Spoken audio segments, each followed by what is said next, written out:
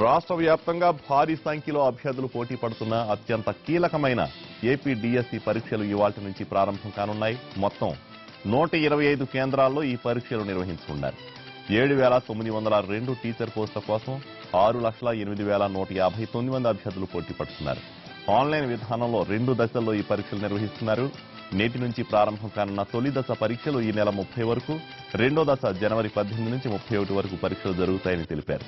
తొలి దశకు 2,43,175 మంది హాజరు కానున్నారు. ప్రతిరోజు ఉదయం 9 నుంచి 12 వరకు, మధ్యాహ్నం 2 గంటల నుంచి సాయంత్రం 5 గంటల వరకు పరీక్షలు ఉంటాయి.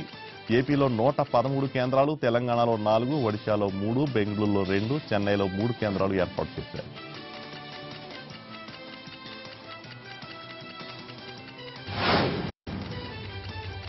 ఏపీ డిఎస్సి పరీక్షలకు 536 మంది దివ్యాంగులు దరఖాస్తులు చేసుకున్నారు.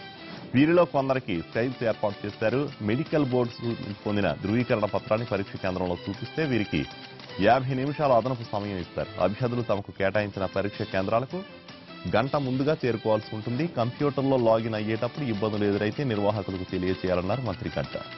కంప్యూటర్ మొరాయిస్తే వెంటనే మరో కంప్యూటర్ను ఏర్పాటు చేస్తారని తెలిపారు. అన్ని పరీక్షా కేంద్రాల్లో 10 కంప్యూటర్లు అదనంగా ఉంచినట్టు తెలిపారు.